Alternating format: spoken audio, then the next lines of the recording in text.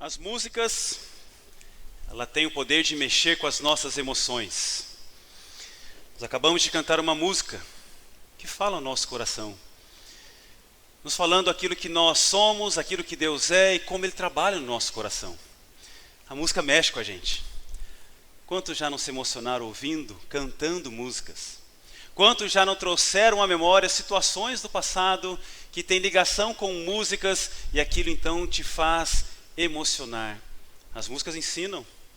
Não sei se vocês já conheceram professores de química, principalmente de física. Quando nós temos que decorar aquelas fórmulas difíceis, eles colocam em música, parece que tudo fica mais fácil, não é verdade?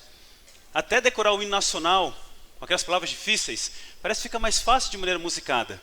Apesar que tem muitos vídeos engraçados no YouTube, se você tiver a curiosidade de assistir, pessoas tentando cantar o hino nacional. Mas é uma música, Dá-me um coração igual ao teu. É uma música que fala muito ao meu coração. Ela me lembra de como deve ser o meu coração. E as músicas então nos ajudam, como tem nos ajudado nos cultos, como tem ajudado muitos quando acordam e já tem um tempo ali com o Senhor. As músicas nos ajudam a também conhecer melhor a palavra de Deus e deixar com que a palavra de Deus musicada fale ao nosso coração. Senhor, dá-me um coração igual ao teu, meu mestre. E quando nós pensamos então nessa música, Senhor, me dá um coração igual ao teu, podemos pensar como nós podemos ter um coração fiel por inteiro. Será que é possível nós, seres humanos, termos um coração igual ao coração de Deus?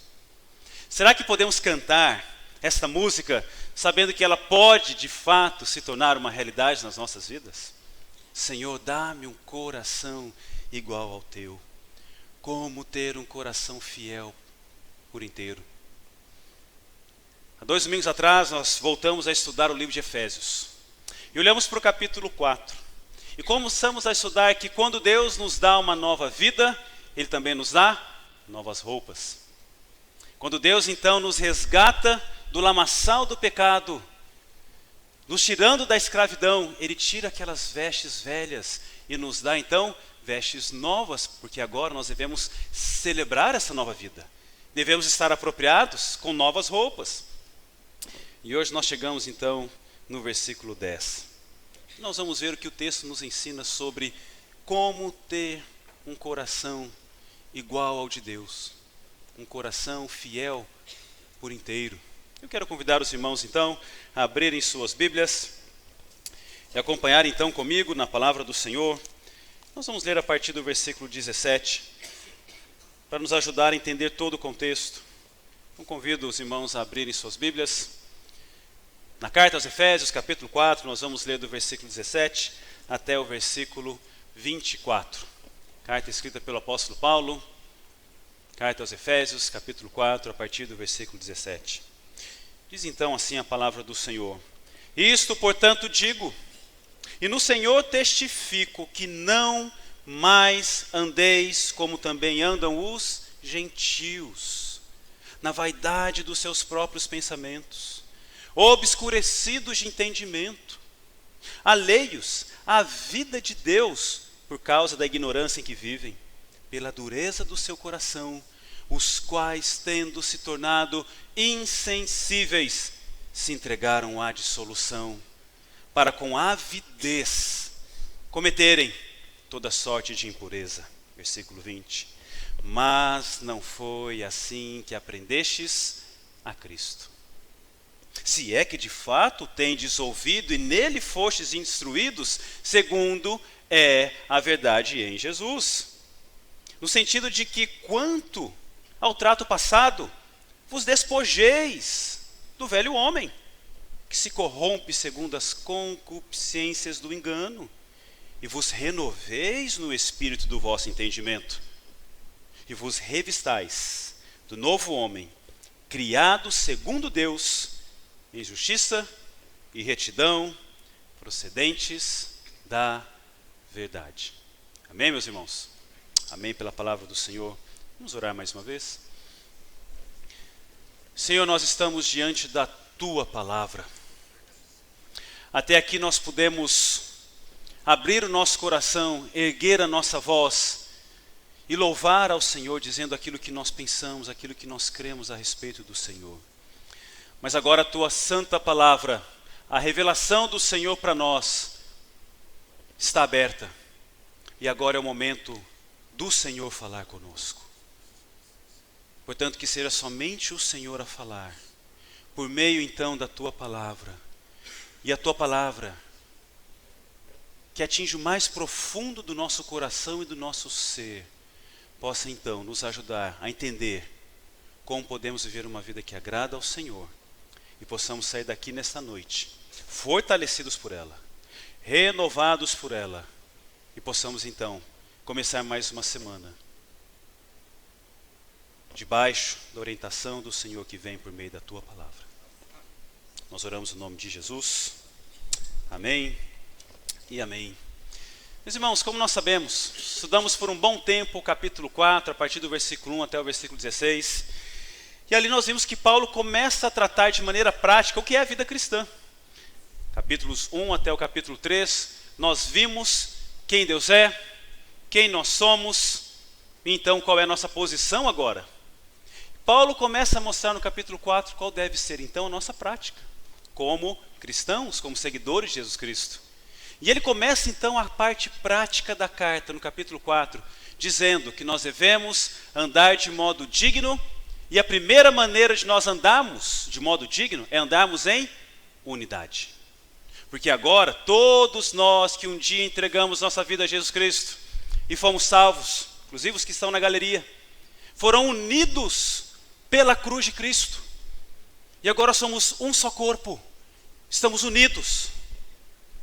E Paulo ele continua dizendo a maneira como nós devemos andar. Devemos andar em unidade, agora em santidade. Somos chamados a sermos santos, assim como Deus é santo. Portanto, nesse parágrafo que nós começamos a ler, Paulo vai tratar da pureza da igreja. E a pureza é uma característica, deve ser uma característica do povo de Deus, característica tão indispensável para que possamos andar em unidade. Paulo, então, quando ele começa a tratar do nosso modo de andar, a partir do versículo 17, andar em santidade e pureza, ele nos traz primeiro uma admoestação, que vimos 2 domingos atrás. Ele vai depois dar o argumento do porquê devemos andar e viver assim. E por fim ele vai aplicar isso, mostrando algumas maneiras que nós podemos demonstrar de maneira visível que nós agora pertencemos ao Senhor. Então 2 domingos atrás nós vimos essa admoestação de Paulo, dos versículos 17 até o versículo 19. Mas uma admoestação no sentido de advertir em amor, encorajar a igreja.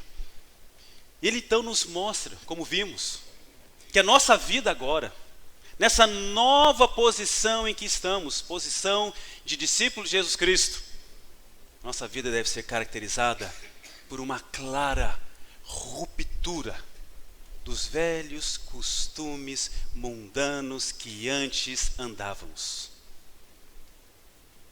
E nós vimos então, versículo 17, começando com essa advertência, com essa admoestação, com esse conselho, dizendo: não mais andemos como os gentios. Nós agora somos uma nova criatura. O antigo comportamento, dominado pelo mundo, dominado pela carne, agora precisa ser abandonado. Mas não na nossa força, porque jamais conseguiríamos abandonar os velhos costumes, os velhos desejos. Mas agora na força do Senhor, que habita em nós, Ele nos dá a capacidade de vivermos essa nova vida. A força está nele, a capacidade é dada por Ele. E nós vimos então 7 degraus, dos versículos 17 a 19, que caracterizam uma descida na vida de santidade da igreja. 7 degraus que não devem ser características do povo de Deus, mas aqueles que ainda não conhecem a Deus. Portanto, nós vimos 7 degraus que fazem com que nós não vivamos essa nova vida com essas novas vestes. Mas hoje nós vamos ver como nós podemos subir e nos aproximar de Deus entendendo que agora somos dele, como nós podemos então, de maneira prática, viver uma vida que agrada a Deus? Ele nos deu uma nova vida. Devemos colocar vestes novas, porque a nova vida que Deus nos dá deve ser uma vida de celebração. E uma vida de celebração faz com que nós coloquemos aquilo que nós temos de melhor. Estamos celebrando uma nova vida. Estávamos mortos, queremos celebrar que agora estamos vivos. Fomos vivificados por Jesus. Como podemos ser fiéis por inteiro? Como podemos ter então um coração igual ao coração de Deus? E meus irmãos, a renovação produzida pela presença de Cristo em nós exige então que velhos padrões de comportamentos sejam abandonados, em prol de que tenhamos agora uma mente, uma nova mente, que ela seja renovada diariamente. E o texto então vai apontar para nós que nós precisamos para isso despojar do velho homem. O texto vai mostrar que nós devemos, ao despojar do velho homem, renovar o nosso entendimento. O texto vai mostrar então que de maneira prática, para que possamos ser fiéis por inteiro, precisamos, por fim, revestir do novo homem.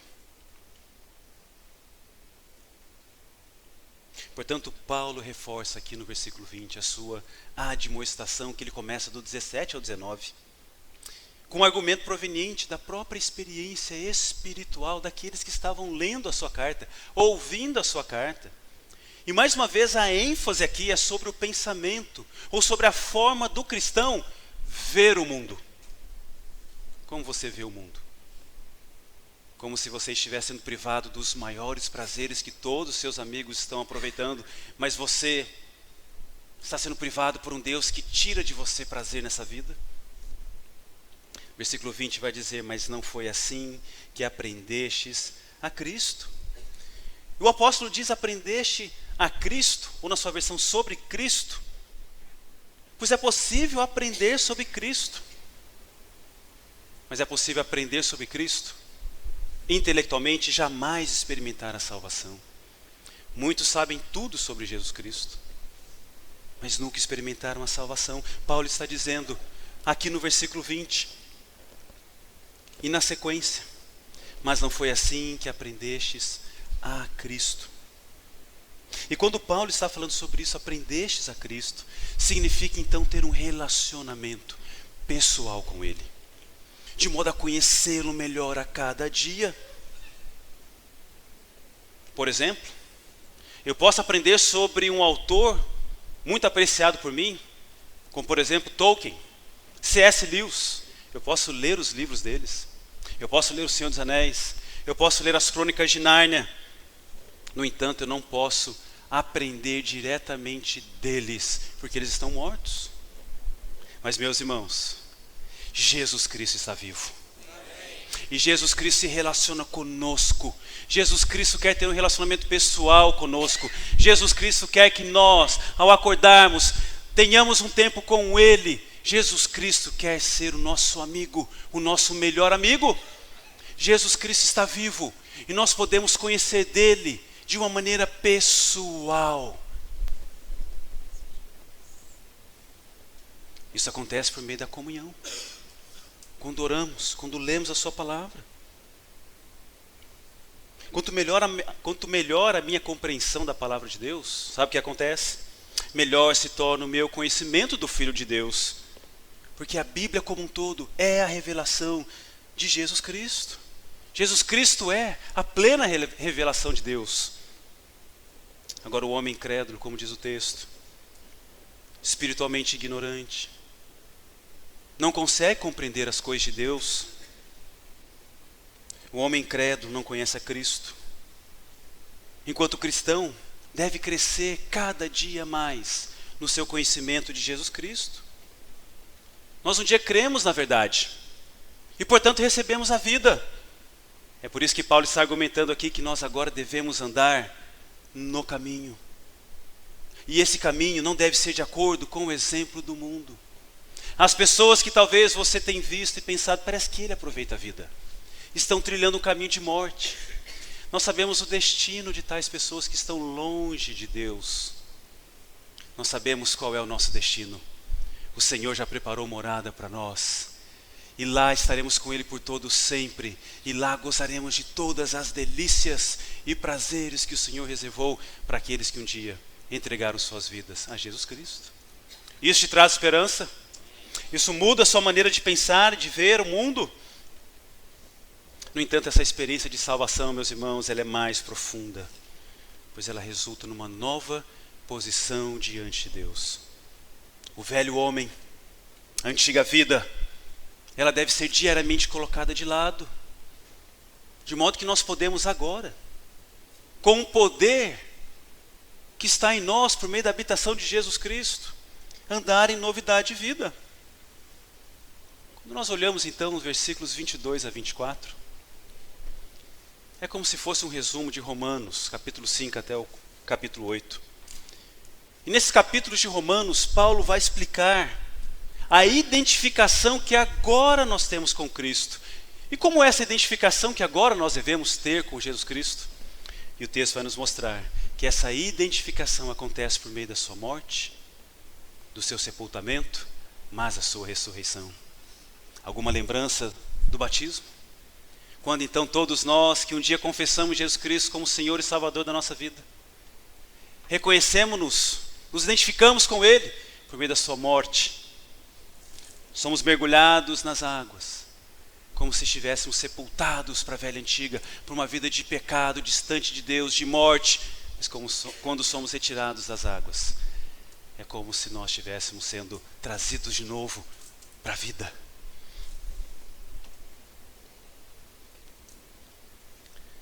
Mas é interessante que como cristãos, nós mudamos não apenas a nossa maneira de pensar. Como cristãos, como filhos de Deus, nós também mudamos agora a nossa cidadania. O mesmo autor de Efésios, Paulo, vai argumentar na segunda carta aos Coríntios, capítulo 5, versículo 17, que agora nós somos novas criaturas. Portanto, as nossas ideias e desejos que antes eram da velha criatura não devem mais controlar a nossa vida. Talvez a ilustração mais simples, mais grandiosa, que nos ajuda a entender isso, é a ilustração que pode ser encontrada no Evangelho de João, capítulo 11, o relato da ressurreição de Lázaro. Lázaro é um amigo de Jesus Cristo, já estava no túmulo há 4 dias, quando Jesus então com seus discípulos chega até Betânia.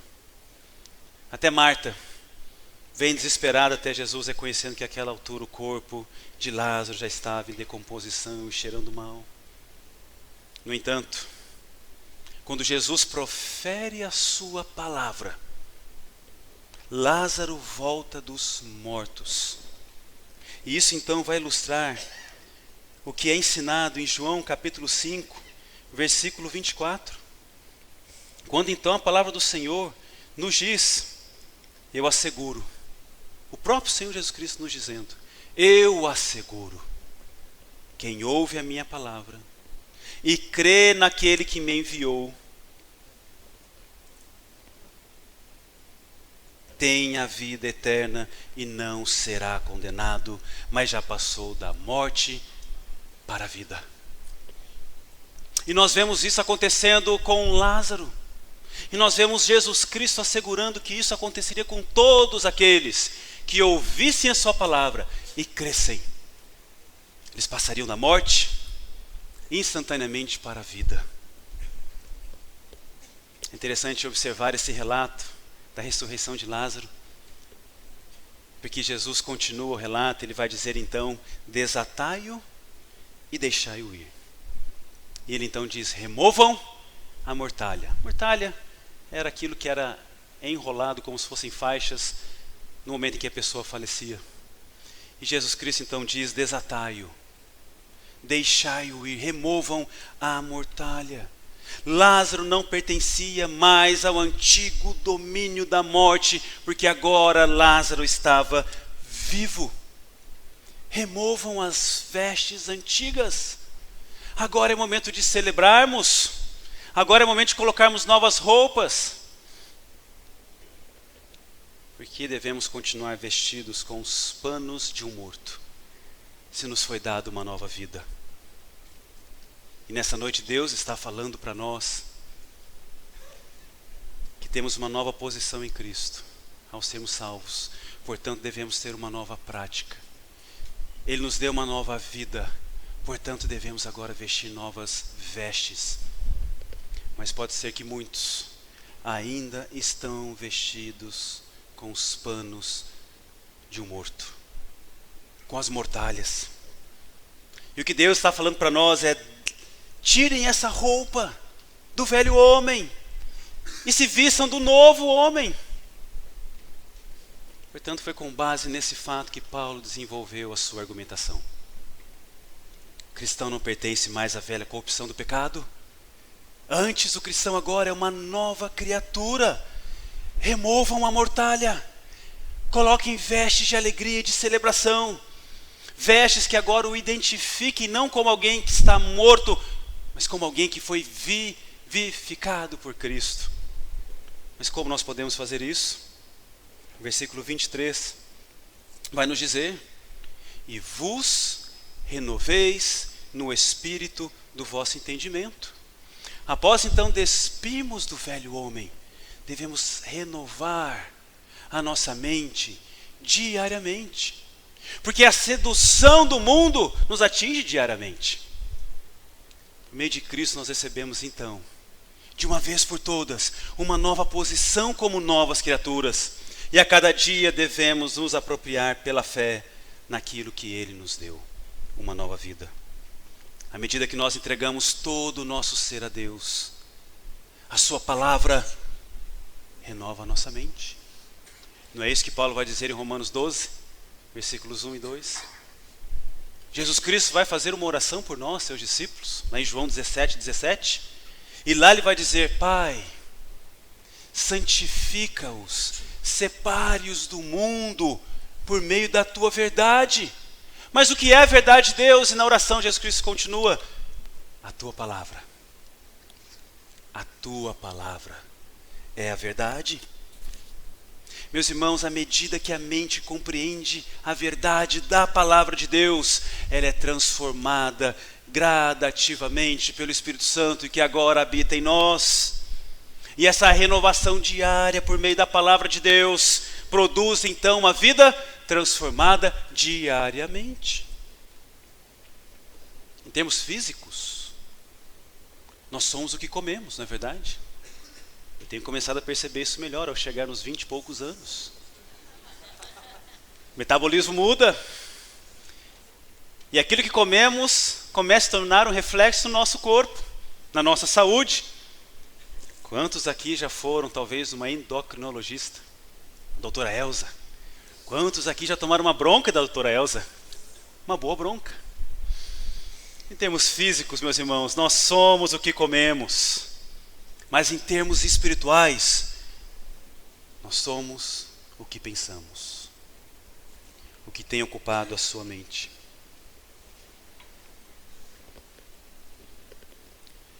Nós estamos vendo que nesse processo de andarmos em santidade, nessa nova vida, nós temos que entender que devemos despojar do velho homem, mas temos que renovar a nossa mente diariamente. Com o que você tem renovado a sua mente? O que é que você vai consumir agora quando chegar em casa? Quando ligar a televisão? Quando pegar o celular? Nós somos aquilo que nós nos alimentamos. E os pensamentos que teremos e as lutas que teremos estará intimamente ligado àquilo que nós temos colocado na nossa mente. E aqui nós vemos então o apóstolo Paulo nos dizendo que para vivermos em santidade, de maneira prática, nós devemos despir-nos do velho homem, versículo 22. Versículo 23, nos renovar no espírito da nossa mente. E por fim, versículo 24, revestir-nos do novo homem. Há uma ação, há uma prática. Nós queremos então, nesta noite, aplicar essa palavra ao nosso coração. como nós podemos ser fiéis por inteiro? Como nós podemos então ter um coração igual ao coração do Senhor? Como nós podemos lutar contra as tentações diárias que nos cercam? Será que é possível termos um coração igual ao de Deus, sendo que esse mundo está tão perdido? A renovação produzida pela presença de Jesus Cristo agora em nós exige que velhos padrões de comportamentos sejam abandonados. Quais são os velhos padrões de comportamento do velho homem que você ainda não abandonou? Talvez é o seu linguajar. Talvez é dar lugar ao seu coração que sempre explode em ira quando algo não acontece do seu jeito. Talvez é o seu coração que te leva a pensar que quando algo acontece, Deus não está no controle, Ele não está vendo e você então entra em desespero. É tentar resolver os problemas por meio de pequenas mentiras. É procurar satisfação na vida por meio da imoralidade sexual. Olhando para aquele que não é o seu cônjuge. O solteiro se alimentando de algo que Deus preparou para o casamento e é belo, é bonito e dá prazer. O que é que você precisa nesta noite? No poder que o Senhor nos dá por meio da habitação dele em nós, você precisa despir-se e abandonar, porque isso é do velho homem.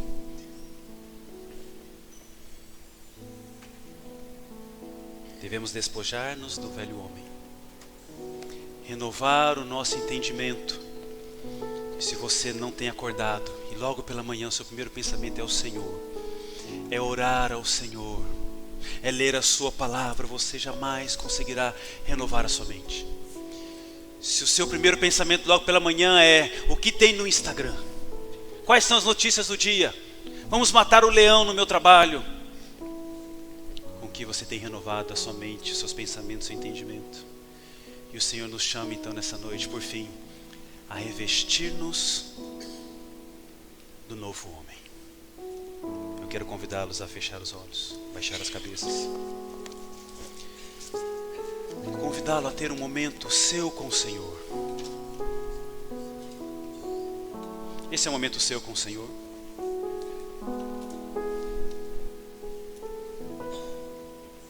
Talvez você está aqui dizendo: pastor, eu não consigo.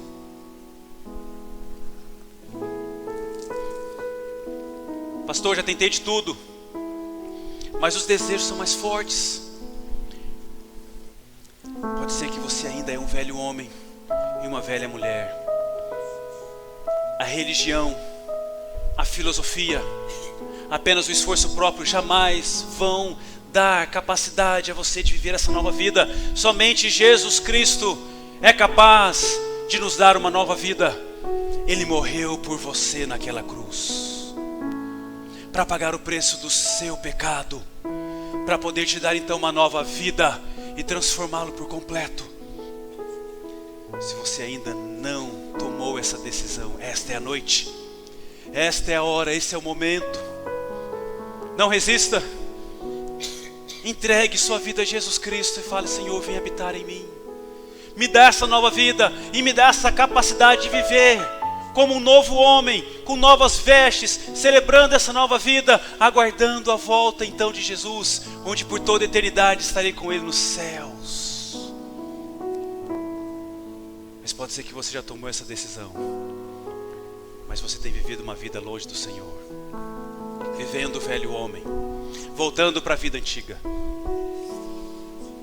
E nessa noite o Senhor está te convidando a tomar decisões sérias, definitivas e permanentes.